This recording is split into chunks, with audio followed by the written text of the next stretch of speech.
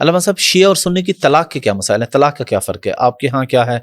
سنیوں کے ہاں تو ان کے ہاں بھی پھر مختلف ہے کہ 3 ایک وقت میں ایک ہے یا 3 الگ الگ ہے، لیکن بیسیکلی شیعہ کے ہاں طلاق کا کیا ہے؟ اور جو ملٹیپل میرجز ہیں اسلام میں 4 شادیاں، تو کیا اہل تشیع بھی اس عقیدے کو مانتے ہیں؟ اور موجودہ دور میں آپ کیا سمجھتے ہیں کہ یہ بالکل ہے، اہل شیعہ فقہ کے اندر بھی 4 شادیاں جائز ہیں، آپ کر سکتے ہیں شرائط کے ساتھ کہ اگر ان کے حقوق پورے کر سکتے ہیں، ٹھیک ہے، اگر ان میں انصاف عادل قائم کر سکتے ہیں تو آپ کر سکتے ہیں. اور دوسری تیسری شادی کے لیے پہلی بیوی کی شرط نہیں ہے ضروری، ٹھیک ہے، اس کی اجازت کے بغیر کر سکتے ہیں. ٹھیک ہے. یہ تو پاکستان میں ایک شرط لگا دی گئی ہے، اس کا شریعت سے کوئی اس کا تعلق کوئی تعلق نہیں ہے، ہے، بلکہ خلاف ہے، شریعت کے خلاف ہے کہ پہلی بیوی سے اجازت لے کے پھر آپ دوسری شادی کریں. تو یہ تو کہیں بھی نہیں ہے. 4 شادیاں کر سکتے ہیں آپ، اور بیک وقت 4 شادیاں یعنی. ٹھیک ہے. لیکن اگر طلاق دے کے کرنا چاہیں تو پھر مثلا ایک کو طلاق دے کے آپ 5ویں کر لیں، ٹھیک ہے، 2 کو طلاق دے کے 2 اور شادیاں کر لیں، تو اس طرح سکور بڑھتا رہے گا. ٹھیک ہے، لیکن ایک ٹائم پہ آپ 4 کر سکتے ہیں آپ شادیاں، اجازت ہے. طلاق کے لیے یہ ہے کہ آپ طلاق 2 طرح کی ہے. ایک طلاق ہے جس کو طلاق رجعی کہتے ہیں، یعنی طلاق دینے کے بعد شوہر رجوع کر لیتا ہے. ٹھیک ہے. رجوع کا مطلب یہ ہے کہ نکاح کیے بغیر دوبارہ اسے اپنی بیوی بنا لے. ٹھیک ہے. اس نے طلاق دی، طلاق پوری شرائط کے ساتھ دی اگر. ٹھیک ہے. چونکہ آج کل جو پاکستان میں طلاق ہے، خصوصاً اہل سنت جس کو طلاق گردانتے ہیں، تو اس میں طلاق کی شرائط عموماً نہیں ہوتی. مثلا شخص نے غصے میں آ کے کہہ دیا تجھے طلاق ہے، تو بس وہ کہتے ہیں طلاق ہو گئی ہے. ایسا نہیں ہے. طلاق کے لیے گواہ کی ضرورت ہے، طلاق کے لیے صیغہ طلاق جاری ہونا ہے، طلاق کے لیے دیکھنا ہے کہ عورت کس حالت میں ہے، طہر میں ہے یا نہیں ہے. وہ ساری شرائط ہیں. وہ حاملہ تو نہیں ہے، ایام ماواری میں تو نہیں ہے. یہ ساری شرائط طلاق کی شرائط ہیں. ایسے ہی کسی جگہ غصے میں ٹیلی فون کر دیا، لڑائی کے دوران غصے میں طلاق، وہ نہیں، وہ طلاق ہوتی نہیں، وہ تو رجعی بھی نہیں ہے. لیکن اگر تمام شرائط کے ساتھ کسی نے طلاق دے دی تو یہ ایک طلاق شمار ہوگی، اور اس کے پاس مہلت ہے عدت میں. جب تک عورت عدت میں ہے اس دوران یہ اگر اس کو دوبارہ بیوی بنا لے تو یہ دوبارہ نکاح کی ضرورت نہیں ہے، یہ پھر اس کی بیوی. اور عدت کے دوران اپنے شوہر کے گھر میں رہے گی، عدت وہیں گزارے گی، جس گھر میں اس کو طلاق ہوئی ہے اسی میں گزارے گی. اس کو نکال نہیں سکتا شوہر. ٹھیک ہے. اگر یہ عدت گزار لیتی ہے، یا شخص رجوع اگر عدت گزار لیتی ہے، گزر جاتی ہے، بس یہ طلاق ہو گئی. اب دوبارہ اگر یہ اس سے شادی کرنا چاہتے ہیں، اسے نکاح کرنا ہوگا. ٹھیک ہے. اسی عورت کے ساتھ. اس میں حلالہ نہیں ہے، اس میں نہیں ہے حلالہ. ٹھیک ہے. اس سے نکاح کرے گا، دوبارہ اسے شادی کر لے گا. ٹھیک ہے. اگر ایک شخص ایسا ہے جس نے طلاق دی عورت کو، پھر رجوع کر لیا، ٹھیک ہے، رجوع کر کے پھر اس کو غصہ آیا یا کچھ ہوا، پھر اس نے طلاق دی دوسری دفعہ کچھ عرصے بعد، ٹھیک ہے، پھر رجوع کر لیا، ٹھیک ہے، پھر گھر میں لے آیا، زندگی گزرتی رہی، کچھ مہینے سال بعد پھر اس نے طلاق دے دی اس کو، اب نہیں رجوع کر سکتا. ٹھیک ہے. 3 کے بعد رجوع نہیں ہے، نہیں ہے. تیسری طلاق اگر ہو گئی تو اب رجوع نہیں کر سکتا. ٹھیک ہے. یہ طلاق بائن، یہ عورت ختم ہو گئی اس کی. ٹھیک ہے. اب اس سے نکاح بھی نہیں کر سکتا. نکاح سے کے لیے ضروری ہے حلالہ کرے، یعنی یہ عورت اب کسی اور سے شادی کرے، پھر اس سے طلاق لے اور اس کی عدت بیٹھے، اس عدت کے گزرنے کے بعد اس پہلے شوہر سے شادی کر سکتی ہے. اور یہ حلالہ آپ کے نزدیک بھی حرام ہے اس نیت سے کرنا، اس شرط میں، اس شرط میں اگر نیتاً حلالہ ہو رہا ہے کہ ٹھیک ہے میں کہیں اور جاتی ہوں، طلاق لے کے آ جاتی ہوں، تو آپ کے ہاں یہ جائز ہے یا ناجائز ہے؟ یعنی اگر اس کے ذہن میں یہ ہے کہ میں اس مرد سے شادی کروں اور پھر طلاق لے کے پھر اس پہلے سے کر لوں، ذہن میں یہ ہو اس کے، بے شک اس سے کوئی فرق نہیں پڑتا.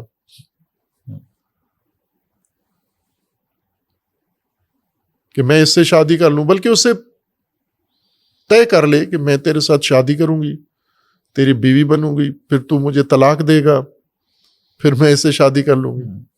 اس سے جو فارمیلٹی پوری ہو جاتی ہے. اہل تشیع کے ہاں یہ جائز ہے، اس میں کوئی مسئلے کی بات نہیں. فارمیلٹی پوری ہو جاتی ہے اس سے. اچھا علامہ صاحب، آج کل ہم دیکھ رہے ہیں کہ ہماری نوجوان نسل ہے بہت زیادہ وہ ایتھیسٹ ہو رہے ہیں، خدا کے وجود کا انکار کر رہے ہیں اور عجیب عجیب باتیں کر رہے ہیں. کل آپ کے ساتھ ملاقات میں آف دی ریکارڈ یہ بات ڈسکس بھی ہوئی کہ لوگ آپ کے پاس یہ سوال بھی لے کے آتے ہیں، جی ہمارے ذہن میں یہ آتا ہے نعوذ باللہ کہ جی ہم سب کو تو اللہ نے بنایا، تو اللہ کو کس نے بنایا؟ تو اگر کسی آدمی کے ذہن میں یہ خیال آتا ہے تو کیا وہ دائرہ اسلام سے خارج ہو جاتا ہے؟ بھلے یہ ایسا ہی ہے اس وقت ہماری جوان نسل تعلیم یافتہ تعلیمی اداروں کے اندر جو اس وقت مشغول ہیں، یا جو تعلیم یافتہ ہیں اور ملازمتوں میں ہیں ملک کے اندر باہر، جو میڈیا کے ساتھ کنیکٹ ہیں، ان کے اوپر ایک یلغار ہے اس وقت، نظریاتی یلغار ہے. چونکہ یہ پختہ نہیں ہے، بنیاد اپنی نظریاتی نہیں ہے. ہمارا تعلیمی نظام بھی ایسا ہے کہ جو نظریاتی بنیاد نہیں بناتا، صرف ڈگریاں دیتا ہے اور تھوڑی سی مہارتیں ان کے اندر پیدا کر دیتا ہے جس سے ملازمت کے قابل ہوتے ہیں، ورنہ ذہن نہیں بنتے ان کے. اور خصوصاً جو ہمارے علوم ہیں، سوشل سائنسز اور ہیومینٹیز، وہ تو پاکستان میں متروک اور ختم ہی ہو چکے ہیں. ہم نیچرل سائنسز کو زیادہ ترجیح دیتے ہیں، اور نیچرل سائنسز سے تو ظاہر ہے کہ انسان یہ نہیں سیکھتا کہ یہ کائنات کیسے بنی ہے اور کس نے بنائی ہے اور کیوں بنی ہے. تو یہ چیزیں جو آج خلا ہے، یہ ہمارے ضعف ہے نظام تعلیم کا. اور ہمارا مذہبی نظام بھی ناکام ہے اس سلسلے میں کہ ہمارے مذہبی نظام نے زیادہ فرقہ واریت تعلیم دی ہے، فرقے پڑھائے ہیں، دین نہیں پڑھایا. اگر دین پڑھایا ہوتا انہوں نے تو آج مسلمان بہت مضبوط ہوتے، یا کم از کم ہماری دینی مجالس ہیں. میں اکثر شیعہ علماء ذاکرین سے یہ کہتا ہوں کہ اگر آپ اپنی دینی مجالس کو دینی ہی بناؤ اور ان کے اندر دین پیش کرو، ائمہ اہل البیت علیہ السلام کی تعلیمات کو پیش کرو، تو ناممکن ہے کہ کوئی تعلیم یافتہ جوان بہک جائے، ان مغالطات میں آ جائے اور ان بہکاووں میں آ جائے. وہ اس کی نظریاتی بنیاد بناؤ آپ. اب ہوتا یہ ہے کہ بچے ہیں مثلاً سائنس کے سطحی سے سبجیکٹ پڑھتے ہیں، پھر اس کے بعد ان کے جو اساتذہ ہیں، ٹیچرز ہیں، وہ بھی انہی کی طرح کے ہوتے ہیں خام. ان کے ذہنوں میں چند شبہات ڈال دیتے ہیں مختلف نوعیت کے، اور وہ بچے خام اس احترام میں، اس استاد کے احترام میں یا اعتماد کی صورت میں کہ یہ تو بہت پڑھا لکھا استاد ہے، یہ تو باہر سے پڑھ کے آیا ہے، یہ جو بات کر رہا ہے بڑی پختہ بات کر رہا ہے. خام بچہ ظاہر ہے ذرا روب میں ہوتا ہے، تو وہ ان کے باتوں میں آ جاتے ہیں. اس کے لیے توجہ کی ہمیں ضرورت ہے، اداروں کو بھی اور علماء کو بھی اس کی طرف توجہ کریں. اور وہ یہ ہے کہ میرے پاس آتے ہیں بچے، ذرا ایک جوانوں سے تعلیم سے ہی سروکار ہے، تو بعض اوقات وہ بچے آ کے ذہن میں سوال کرتے ہیں، ہمارے ذہن میں غلط خیالات آتے ہیں. تو میں ان سے پوچھتا ہوں کیا مثلا کیا غلط خیالات آتے ہیں. تو کبھی وہ کہتے ہیں کہ ہمارے ذہن میں یہ خیال آتا ہے کہ اگر یہ کائنات ساری اللہ نے بنائی ہے تو اللہ کو کس نے بنایا ہے. تو میں کہتا ہوں یہ کس نے کہا ہے کہ یہ غلط خیال ہے. یہ تو وہ تو پہلے سے بڑا ڈرا ہوا ہوتا ہے کہ یہ خیال آتے ہی سمجھو کہ ایمان تو میرا گیا، یقین گیا، میں تو بالکل سمجھو اندر سے ایمان کی نعمت سے خالی ہو گیا ہوں میں. یہ بات ذہن میں آتے ہی، یہ تصور. تو میں نے کہتا ہوں نہیں، آپ یہ بات ذہن میں آئی ہے تو اب اس کا جواب ہے، اور یہ فطری سوال ہے، غیر فطری سوال نہیں ہے کہ ہر چیز کو کسی، چونکہ آپ کو یہی پڑھایا گیا ہے کہ ہر چیز کو کسی نے بنایا ہے، اور دین ہمیں سکھاتا ہے کہ اللہ نے بنایا ہے، تو پھر اللہ کو کس نے بنایا ہے.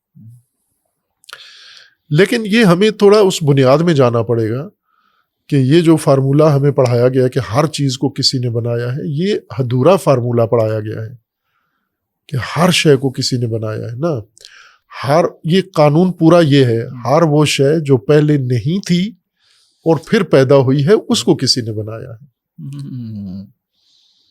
یہ تھا پورا سوال، یہ تھا کہ ہر وہ چیز جو پہلے نہیں تھی اور پھر پیدا ہوئی ہے اس کو کسی نے بنایا ہے، اس کا ڈھونڈو کس نے بنایا ہے. لیکن اللہ تبارک و تعالیٰ کی ذات کے بارے میں یہ تصور ہی نہیں ہے کہ وہ پہلے نہیں تھا اور پھر وجود میں آیا ہے.